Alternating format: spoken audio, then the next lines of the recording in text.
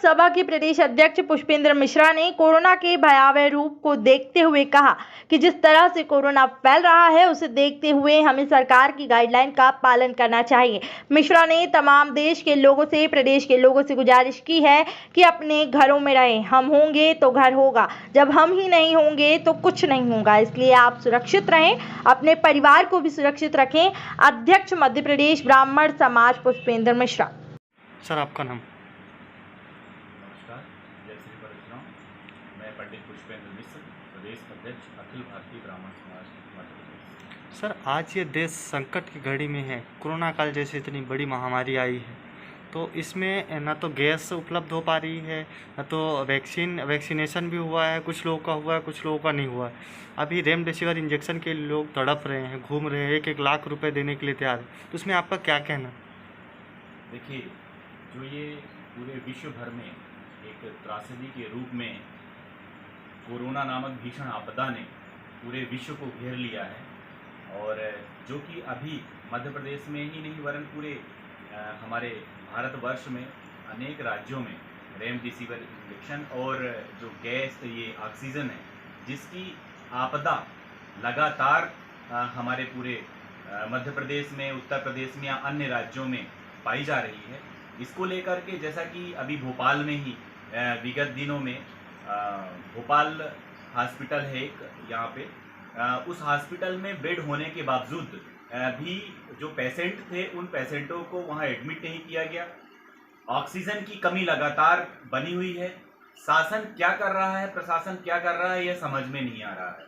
लगातार माननीय मुख्यमंत्री जी आश्वस्त कर रहे हैं कि किसी भी प्रकार से आपातकाल को लेकर के और सारी व्यवस्थाएं चुस्त दुरुस्त हैं, लेकिन कोरोना ने इस तरीके से सभी प्रदेशवासियों को और देशवासियों को अपने उसमें शिकंजे में जकड़ लिया है कि उससे निकलना अब ऐसा लगता है कि बड़ा विकट है। लेकिन मुझे ऐसा लग रहा है कि पूरी जनता को मिल करके और इस लड़ाई को लड़ना पड़ेगा, चूँकि ये लड़ाई किसी अन्य की लड़ाई नहीं है, यह लड़ाई हमारी स्वयं की है। मुझे एक गज़ल याद आती है कि ये दौलत भी ले लो या शोहरत भी ले लो, मगर लूट लो ये सारी जवानी।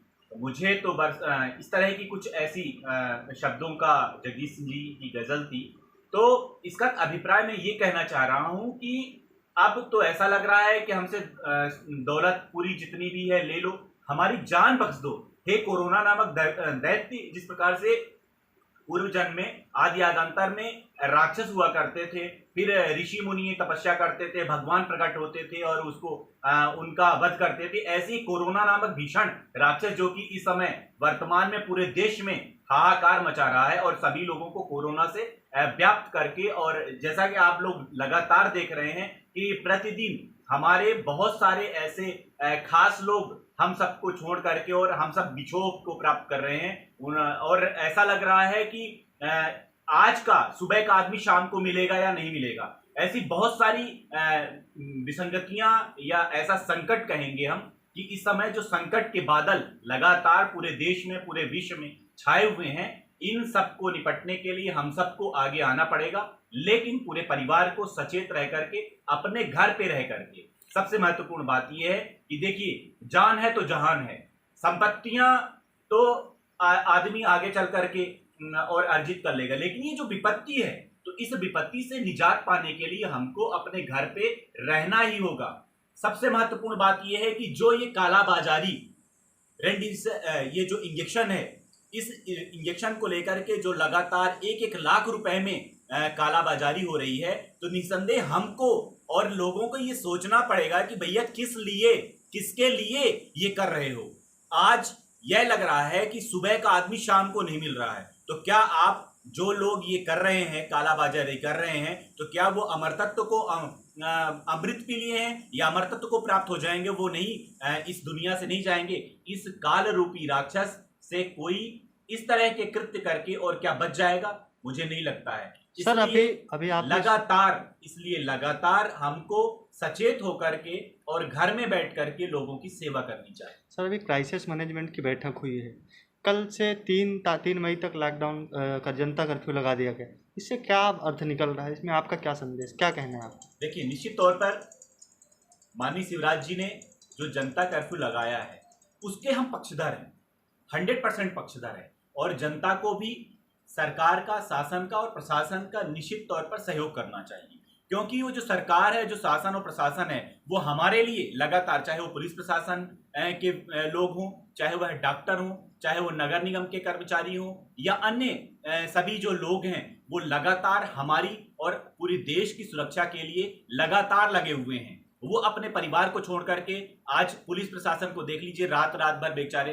लगातार हम लोगों के लिए लगे हुए हैं। उसको हमको अदरवाइज में नहीं लेना चाहिए, चाहे वो शासन के लोग हों, चाहे वो प्रशासन के लोग हों। माननीय मुख्यमंत्री जी ने 3 मई तक का जो लॉकडाउन लगाया है, मुझे लगता है कि लॉकडाउन, ये जो जनता कर्फ्यू है, वो निश्चित तौर पर हम सबके लिए ठीक है, क्योंकि जिस प्रकार से इस कोरोना नामक भीषण आपदा ने ये विकराल रूप अपना शिकंजा कसा है, उससे हमें बचने के लिए हमें घर में रहना बहुत जरूरी नहीं, नितांत आवश्यक है।